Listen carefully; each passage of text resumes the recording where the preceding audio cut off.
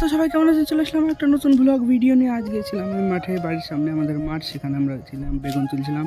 বেগুন তোলা ফাইনালি রুবেলদের গাছ কেটে ফেলবে, তার জন্য বেগুনগুলো তুলে নিতে হচ্ছিলো। তো বেগুন তোলার পর ফাইনালি চলে এসলাম মাচানের সাইডে।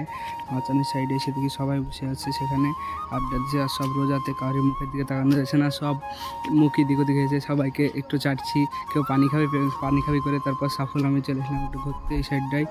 ঘোরার পর ফাইনালি আমার বন্ধু তার 4 কোটি টাকা দামের কেটিএমটা নিয়ে বাড়ি সোজা রওনা দিচ্ছিলো। তার পেছে পেছে আমি তাকে একটু চাটছিলাম। তারপরে ফাইনালি মেলা কীর্তি করার পর আসরের টাইম হয়ে গেলো।